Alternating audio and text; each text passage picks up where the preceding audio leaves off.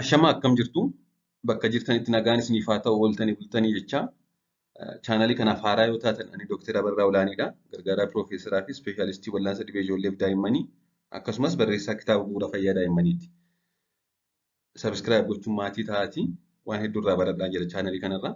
Har'a kan ilaallu vaayireesota tiruu miidhan kan jedhu. Vaayireesota tiruu kan jedhaman jiru waa'ee isaaniidha kan ilaallu. Tiruun keenya wantoota garaa garaatiin miidhamuu dandeessi. Isaan keessaa tokko akkasumas kan baay'ee beekamaa ta'e akka addunyaattis ta'e akka biyya keenyatti kan baay'ee beekamu dhibee tiruu vaayireesota tiruu miidhaniin dhufudha.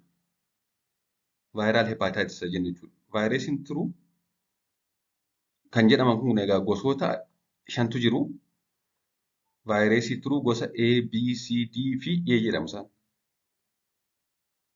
Isaan kun 5 vaayirasota tiruu jedhamanii beekamu. Kanneen kana malee kan tiruu miidhan jiru garuu akka waliigalaatti vaayirasota tiruu jedhamanii yookaan vaayiraal hepaataayitisi kan jedhamanii beekaman warra kanadha. Dhibeen vaayirasii tiruu kan gosa A fi E hepaataayitisi vaayirasii A fi E jechuudha. Kanneen kanaan dhufan salphaa fi yeroo gabaabaaf tiruu keenya kan miidhanidha. Akkasumas boodas kan ofumaan badudha. Salphaadha jechuudha A fi E. Akkasumas hojiisaa kan dhiisudha jechuudha. D haalli isaanii xiqqoo garaagarummaa qabaatus sadanuu dhukkuba tiruu yeroo gabaabduu fi akkasumas yeroo dheeraa fiduu danda'u. Garbiroon kan beekuu qabnu dhukkubi tiruu yeroo dheeraa kan fidu kan hepaataayitisi B jedhamu kun umuriin itti vaayirasiin kun qaama nama sanaa seenee irratti hundaa'a. Dhukkubi tiruu yeroo dheeraa fiduu irratti inni gosa B jedhamu kun umurii itti vaayirasiin sun qaama nama sanaa seenee hundaa'a. Umurii nama sanaa. Akkuma umuriin itti qaama namaa seene dabalaa deemu carraanni dhukkuba tiruu yeroo dheeraa fiduu hir'achaa deema. Fakkeenyaaf daa'imni tokko gaafa dhalatu yoo haadha isaarraa daa'ima kan argate yookaan akkuma dhalatuun yoo daa'imni haadha isaarraa vaayirasii kanaan qabame carraa hepaataayitisi B'n kun dhibee tiruu yeroo dheeraa daa'ima sanatti fiduu parsantaa 90-95dha. Namni tokko immoo erga guddatee booda walqunnamtii saalaadhaanis haa ta'u karaa biraa yoo hepaataayitisi B'n isa qabate carraanni dhibee tiruu yeroo dheeraa nama sanatti fiduu parsantaa 5-10 qofa. Kanaaf akka umuriin dabalaa deemu wanti kun yoo nama qabee carraanni dhibee yeroo dheeraa fiduu hir'ataa deema jechuudha. Kana jechuun isa gaafa vaayirasiin kun qaama seenu akkuma umuriin dabalaa deemu vaayirasiin kun carraan inni tiruu miidhuu xiqqaachaa deema jechuudha. Gosti vaayirasii tiruu inni C jedhamu kun immoo umurii irratti baay'ee hundaa'u. Umurii irratti baay'ee murtaa'u. Innis umurii kamittuu takkaa qaama nama keessaa seennaan carraanni dhibee tiruu yeroo dheeraa fiduu parsantaa 70-85dha. Wantoonni akka dandeettii dhibee dandamachuu qaama keenya yookaan madiinummaa qaama keenya gad buusan, immuunitii keenya gad buusan kanneen akka dhibee HIV, dhibee sukkaaraa fi carraa ittisoo qaama keenya gad buusan gad biroon vaayirasiin kun akka dhibee tiruu yeroo dheeraaf nama sana irra turu carraan taasisu ol ka'aadha. Ittisoon qaama keenya gad bu'aa yoo ta'e vaayirasiin kun carraanni yeroo dheeraa qaama keenya keessa turu ol ka'aadha jechuudha.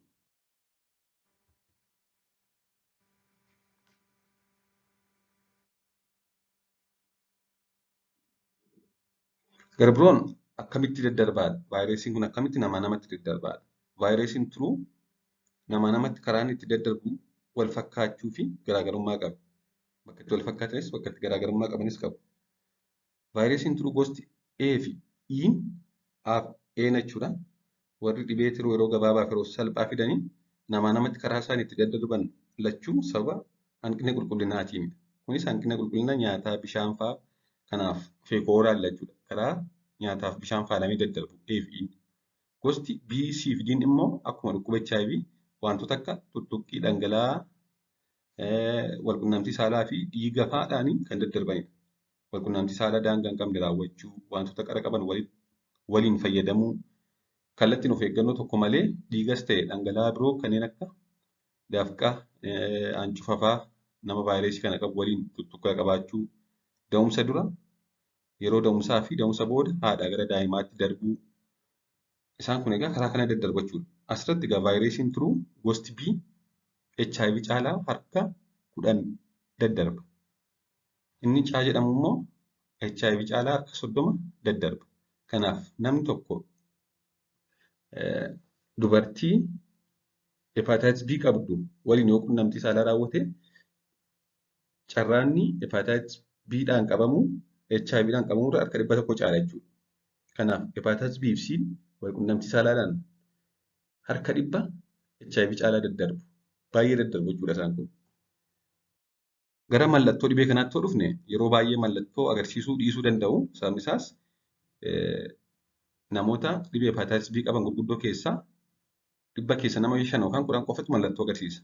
Tarii yoo mallattoo agarsiise immoo mallattoon agarsiisu akkuma tiruu miidhaa deemuun mallattoon miidhamuu tiruu moor bahee mul'ataa deema jechuudha. Fakkeenyaaf ol guurraa fi haqqee, fedhii nyaataa dhabuu, ijii fi qaamni halluu booraa ta'uu, bicaa ta'uu jechuudha. Dhukkubbii garaa, dadhabbii namatti dhaga'amuu, garaa bokoksuu, dhiita miilaa, ho'inni qaamaa dabaluu, kan kana fakkaatan fa'aa fiduu danda'a. Fincaanis halluu isaa jijjiiramuu, bobbaanis akkasuma. Akkamitti akka vaayirasii tiruu miidhaan kanaan hin qabamne gochuu dandeenya yoo jenne tokkoffaan wal quunnamtii saalaa of eeggannoo hin qabne gochuu dhiisuu akkasumas vaayirasii gosa B isa jedhamu kanaaf talaallii fudhachuu. Vaayirasii kana keessaa kan B jedhamu kun sirriitti talaallii qaba. Talaalliin isaas immoo baay'ee effektiividha. Wantoota qara qaban waliin fayyadamuu dhiisuu, dhangala'aa kamuu of eeggannoo malee tuttuquu dhiisuu, yeroo ulfaa hordoffii gochuu fi yeroo da'umsaa mana yaalaatti da'uu, vaayirasii gosa A fi E'dhaan immoo ofirraa ittisuu fi qulqullina naannoo fi dhuunfaa ofii sirriitti eeggachuun baay'ee barbaachisaadha. Namni dhibee vaayirasiiwwan kanaan qabame immoo maal gochuu qaba? Yaalli isaa akkami yoo jenne kan A fi E jedhamani salphaa fi yeroo gabaabaa fidu jenneerra. Dhibee tiruu salphaa fi yeroo gabaabaa. So akkuma jenne kana vaayirasiin gosa A fi E'n ofumaaf badu waan ta'eef yaala guddaan barbaadanii tariitii yeroo isaan ol guuraa irraa hir'isuu. Yeroo gabaabaaf gargaarsa xiqqoo barbaadu malee hin fayyu. Vaayirasiin gosa C immoo yaala qoricha farra vaayirasii kana fudhachuudhaan irraa fayyuun ni danda'ama. Garuu qorichi yeroo ammaa xiqqoo mi'aadha. Vaayirasiin gosti B yookaan hepatitis virus B kan jedhamu kun qabamanii ji'a 6 oliif osoo ofiisaa namarraa hin badiin namarra turraan fayyuun yookaan vaayirasii sana qaama keessaa dhabamsiisuun hin danda'amu. Garuu qorichoonni tokko tokko kan akka inni tiruu keenya baay'ee miine yookaan miidhaan inni geessisu akka irratti godhan jiru. Kanaaf hordoffii taasisuudhaan yaala argachuu ni danda'a jechuudha. Namni tokko immoo vaayirasii kanaan yoo qabame xaxaalee akkamitti isa mudachuu danda'a kan jiruu fi A fi E'n xaxaa yeroo dheeraan fidanii B fi C'n immoo tiruun dalagaa ishee akka seeraan hin hojjenne gochuu danda'u. Liivar siroosesii fiduu danda'u, kaanserii tiruu fiduu danda'u. Guutummaa guutuutti fayyaa nama sanaa hanga lubbuu dabarsuu ga'uu danda'u jechuudha B fi C'n. Yoo turanii miidhaa deeman waan dhaggeeffataniif hedduu galatoomaa turtii gaarii.